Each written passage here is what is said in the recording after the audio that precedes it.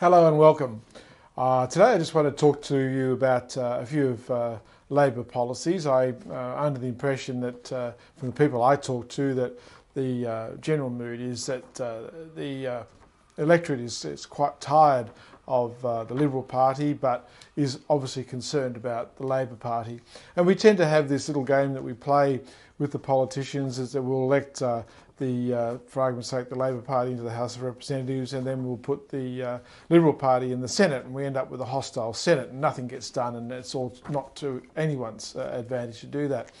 So by electing an independent such as myself, what you are effectively doing is creating a bipartisan Senate, which means that we can get on and approve the good policies, and we can put the brakes on the policies that are detrimental to society and the expectations of society. So I just wanted to run through a couple of policies that the Labor Party has or has allegedly has, and to let you know where I stand on a few of these policies. So I'll start off with the rumoured inheritance tax. Now, the Labor Party emphatically denies that it is planning to do an inheritance tax, and I can rest assured that if elected into the Senate and that becomes an issue, it will not gain my support. I will not support an inheritance tax in this country. I think we're past that. The other issue is negative gearing. Now, I understand the sentiment behind the negative gearing and banning negative gearing from 2020. Well, I think this needs to be watered down a little bit. I think if we can have a policy where the first two properties, investment properties, can be negatively geared, have a cap on the value of, say, $800,000, which means that people can buy two investment properties up to $1.6 million, which they can negatively gear. And the reason I say this is because the $800,000 is, from a Sydney point of view, a modest home, and it will allow investors to get into the market. And I think every person has the right to prosper, and to be able to prosper, property investment is a part of that, and negative gearing makes it affordable. I personally know people who have bought investment properties. They're on $22, $25 an hour. They're not wealthy people, but if you do take the ability away from those people to negative geared, it makes it a lot more expensive and a lot harder to get into the investment property market. And that in the long term will have a detrimental effect to the very people you're trying to protect, which is people at the lower end of the eco-socio scale. So I'm a supporter of negative gearing. I do understand that rorting the system by having 5+ investment properties is unfair, but I think if we set the limit at 2 investment properties for a combined total less than 1.6 million, and of course that can be indexed, so as inflation increases, that limit can increase as well. Penalty rates. Okay, I am a big supporter of reintroducing of penalty rates. The people that were worst affected by this decision are the very people who can't afford to lose that penalty rates. And these are people who by and large work in the retail sector. They're earning $17 to $22 an hour, and their penalty rates was a way of making up for that low wage. And they need that penalty rate, and I am absolutely a supporter of the reintroduction of penalty rates. And finally, I want to talk to you about electric vehicles. Now, I know the Labor plan is to have 50% of all new sales being electric vehicles by 2030.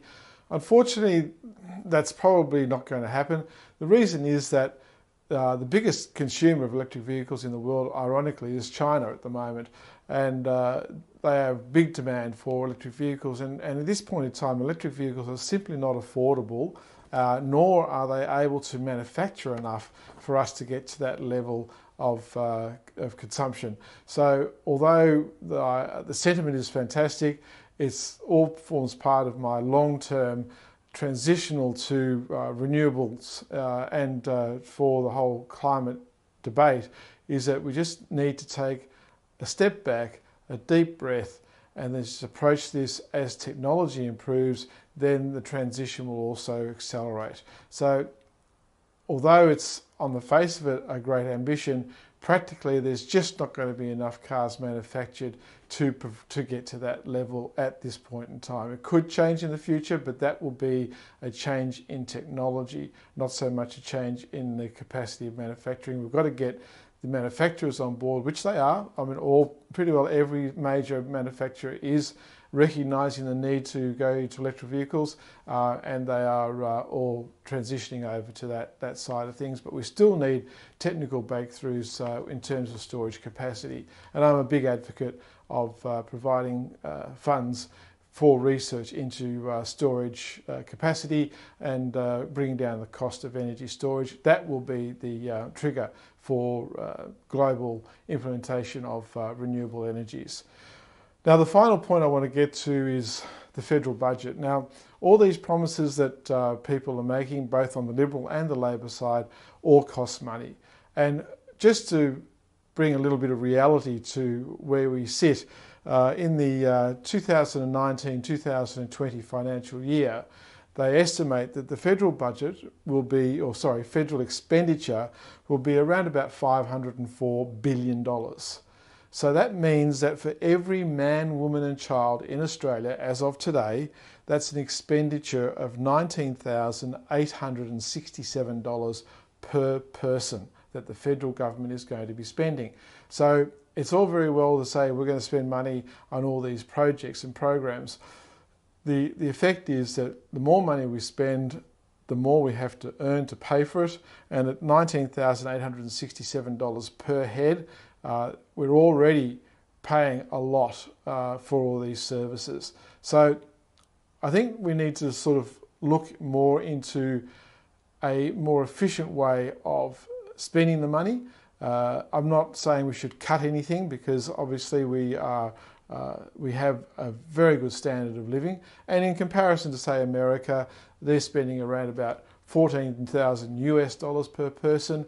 If you translate that into Australian dollars, it's around $20,000 per person. So it's around about the same sort of money that they're spending. However, they tend to spend more of their money on defence than we do proportionally to their population, and less on welfare.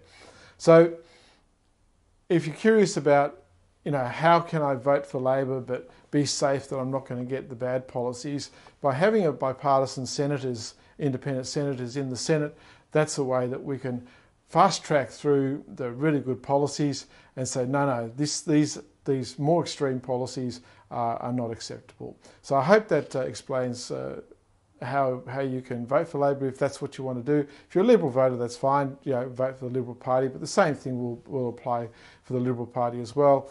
Certainly, embrace the good policies, and we're able to then put the brakes on the bad policies without having a toxic Senate where nothing gets done for everybody. Thank you. Vote 1, Nicholas McArthur-Williams in the Senate as an independent. It's easy, on the white paper, under the black line, bottom right corner. Here are my preferences, Nicholas McArthur-Williams. Remember, bottom right corner under ungrouped. Thank you.